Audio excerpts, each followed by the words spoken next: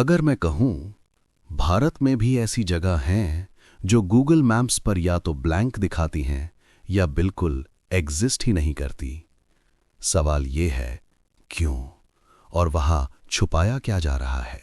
क्या गूगल हमसे कुछ छुपा रहा है या फिर सरकार चाहती है कि हम ये सब कभी ना देखें? ये कहानी सिर्फ मैप्स की नहीं है, ये कहानी है राज की, पावर की और उन सीक्रेट्स की जो देश की सुरक्षा से जुड़े हुए हैं। भारत में कई ऐसे स्थान हैं जहां न्यूक्लियर रिसर्च होती है, जहां मिसाइल्स टेस्ट की जाती हैं और जहां देश के सबसे खास सैनिक ट्रेनिंग लेते हैं। और इन जगहों को जानबूझकर सैटेलाइट इमेजेस में ब्लर कर दिया जाता है ताकि कोई दुश्मन देश, कोई हैकर या कोई गलत नज़र वहां तक ना पहुंच सके। मुंबई का भाभा एटॉमिक रिसर्च सेंटर हो या राजस्थान का पोखरण टेस्ट साइट, ये वो जगह हैं जहां एक छोटी सी जानकारी भी अगर गलत हाथों में चली जाए तो पूरे देश को खतरा हो सकता है। इसलिए गूगल मैप्स यहां चुप रहता है।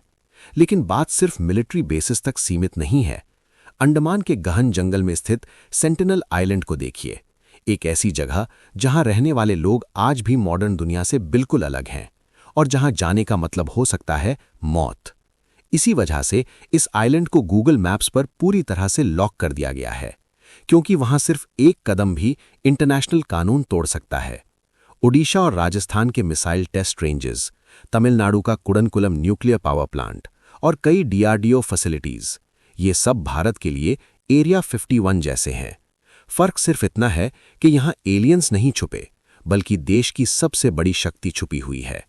और सबसे डरावनी बात यह है कि हम रोजाना इन जगहों के बिल्कुल पास से निकलते हैं, लेकिन हमें पता भी नहीं होता कि हम एक ऐसे राज के ऊपर खड़े हैं जो गूगल मैप्स पर एग्जिस्ट ही नहीं करता। शायद इसीलिए कहते हैं, जो चीज दिखाई नहीं देती जरूरी नहीं कि वो मौजूद ना हो। कभी कभी सबसे बड़े सच वही होते हैं जो सबसे ज्यादा छुपा कर रखे जाते हैं।